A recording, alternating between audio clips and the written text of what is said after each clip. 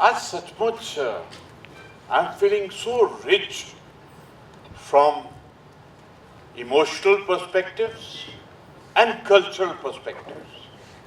मुझे बहुत खुशी है कि आज ये जो सोच थी कि हम हरेक राज्य के स्थापना दिवस को हरेक राजभवन के अंदर में मनाएं, वो साइकिल को आज 1 साल पूरा हुआ है। हमने शुरू भी गुजरात वाले से किया था, शुरू भी महाराष्ट्र का स्थापना दिवस से किया था। आज वो पूरा सर्कल एकदम ब्रह्मांड का रूप लेकर आज पूरा हुआ है। और सच कहूं तो इससे जो एकता, अखंडता, वननेस और जो एक सेल्फ एजुकेशन हुई है, सेल्फ रियलाइजेशन, सेल्फ अंडरस्टैंडिंग हुई है कि हमारे में कितनी विविधता है, कितनी डाइवर्सिटी है, लेकिन उसके साथ साथ कितनी एकता और वननेस है हमारे अंदर। हमारे जो आधार है हमारी कल्चर का, हमारी सोच विचार, हमारी क्रिएटिविटी का। In fact it has been 1 year of great learning about our own self। Maharashtra ने जो हमको सोशल रिफॉर्म्स दिए अपने आप में बिल्कुल अलग थे। आपका जो कंट्रीब्यूशन है ना, वो उसका ग्रेटिट्यूड खुदा ही दे सकता है, ब्रह्मांड ही दे सकता है। किसी भी इंसान के अंदर इतनी शक्ति नहीं है कि आपका योगदान को वर्ड्स में एक्सप्रेस कर सके। आपने जो कल्चरल लीड दी है, दैट इज एब्सोल्युटली फैंटास्टिक। एक तरफ किसी भी महाराष्ट्र को देख लो, किसी भी जगह हो, किसी भी रूप में हो, आखिर में जय महाराष्ट्र कहना भूलता नहीं है। और किसी भी गुजराती को देख लो, जहां पर भी है, गर्वी गुजराती बोलना भूलता नहीं। This is the pride, this is the element of pride in your own self which is very unique. एक भारत श्रेष्ठ भारत। मुझे कभी कभी ऐसा लगता है कि 1000 साल जो मुगल और अंग्रेज यहां रहे, उससे एक ही सबक सीखा है हमने कि हमको कोई डिवाइड ना कर सके, हमको कोई डिवाइड एंड रूल ना कर सके, हमारे बीच में कोई लड़ाई ना करवा सके। उसके लिए बहुत जरूरी है that we understand the meaning of एक और श्रेष्ठ। गुरु नानक देव जी ने कहा, उन्होंने इतना सुंदर तरीके से गुरु ग्रंथ साहब की शुरुआत ओम के पहले एक लगाकर की, एकम ओंकार, वननेस। भारत के लिए ये वननेस, ये एकम सबसे ज्यादा जरूरी है। मैं आप सबको हार्दिक बधाई और शुभकामनाएं देना चाहता हूं। मैं पूरे उत्तराखंड परिवार की तरफ से वी आर प्राउड। जो हमारे महाराष्ट्र और गुजरात की संस्कृति है, विरासत है, हर एक महाराष्ट्रियन, हर एक गुजराती के ऊपर में हमको अत्यंत गर्व है। और मेरी रिक्वेस्ट है आपसे कि आप जब भी अपने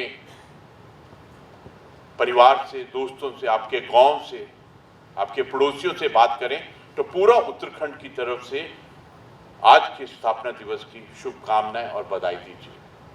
भारत की ओवरऑल डेवलपमेंट में, सर्वांगीण प्रगति में जो आपका योगदान है वो अलग है।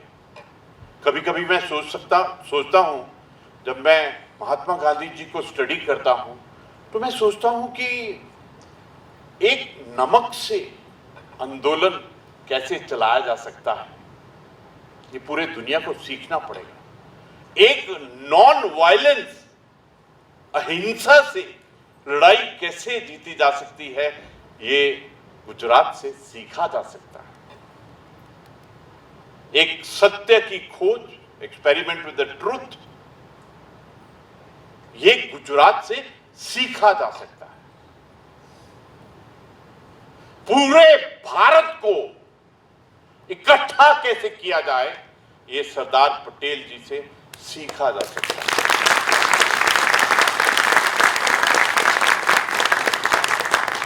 दोनों ही महाराष्ट्र और गुजरात, आप दोनों की ही अनूठी संस्कृति है और आपने इस संस्कृति, आपके हार्डवर्क, आपके फाइनेंशियल टेम्परामेंट से भारत के अंदर में अलग ही दर्जे का एक विकास और विकास की ऊंचाइयां लाए। मैं हर गुजराती, हर महाराष्ट्रियन, हर एक मराठी के योगदान का और आप पूरे भारत के लिए प्रेरणादायक हैं।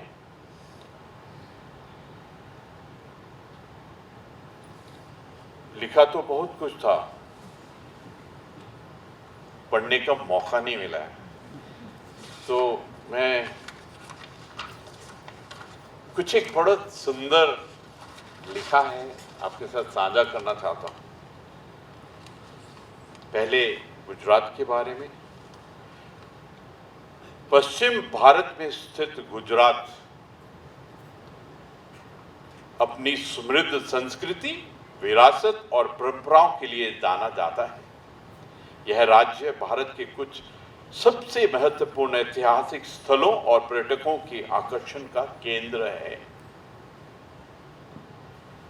जैसे साबरमती आश्रम, कच्छ का रण और गिर की राष्ट्रीय उद्यान, जो एशियाई शेरों का अंतिम प्राकृतिक आवास है। मैं क्यों बोल रहा हूं, ये क्यों पढ़ के बता रहा हूं? ये हम सबकी जिम्मेवारी है कि हम अपने गुजरात और महाराष्ट्र के बारे में पूरी दुनिया को बताएं। अगर आप बताएंगे नहीं तो पता कैसे चलेगा? गुजरात का इतिहास भी काफी आकर्षक है। यहां मौर्य, गुप्त और मुगल राजवंशों सहित विभिन्न साम्राज्यों द्वारा शासन किया गया। और एक बड़ी बात यह है कि गुजरात हमारे पूज्य बापू राष्ट्रपिता महात्मा गांधी जी और एक भारत श्रेष्ठ भारत के शिल्पी लौह पुरुष सरदार वल्लभ भाई पटेल जी की जन्मस्थली भी है। मैं जब गुजरात गया था तो मैं उनके पैतृक गांव में, उनके घर में गया था, सरदार पटेल जी के, क्योंकि मुझे लगता है कि सरदार हैं, मैं भी सरदार हूं। और आज का जो मैंने भाषण शुरू किया था ठीक 12 बजे शुरू किया था। इतने सिंपल, इतने साधारण, और महात्मा गांधी जी की सबसे बड़ी ताकत भी साधारणता ही थी।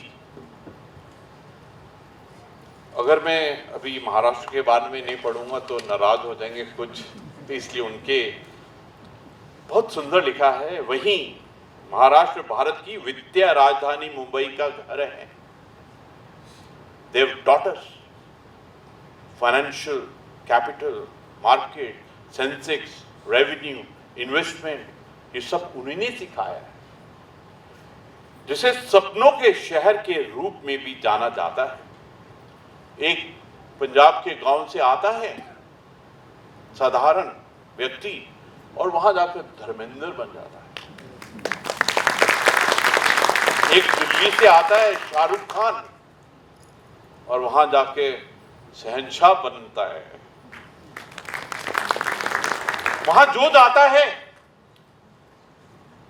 डायमंड ही बन जाता है। तो ये जो फाइनेंस मार्केट है, that gives the environment to grow.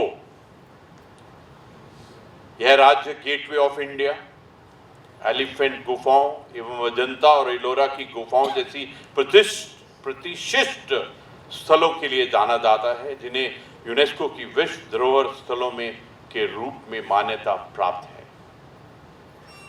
Maharashtra में साहित्य और कला के एक लंबे इतिहास के साथ ही एक समृद्ध सांस्कृतिक विरासत है।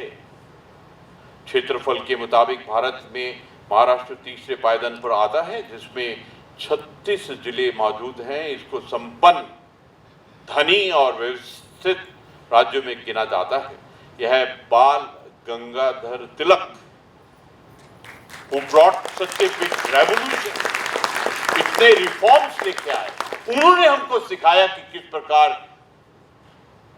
गणपति बाबा मौर्य और कैसे सबको इकट्ठा करना है। वीर सावरकर और दादा भाई नौरोजी की जन्मभूमि है। हमारे हर एक राज्य की एक विशिष्ट पहचान है, आइडेंटिटी है। हर एक राज्य की एक भाषा, विविधतापूर्ण कला जो आज हमने देखी, संस्कृति है। यह विविधता ही तो भारत की ताकत है। This diversity is the biggest source for our unity. तमाम अनेकताओं के बावजूद भी हम सब एक हैं। यही भारत की अनूठी विशेषता है। आप सबको एक बार फिर हार्दिक बधाई और शुभकामनाएं। और हर एक कलाकार जिसने स्टेज के ऊपर में एक बिल्कुल आउटस्टैंडिंग एक्सेप्शनल स्किल दिखाई है, आप सबको बहुत बहुत मुबारक। जय हिंद, नमस्कार, प्रणाम।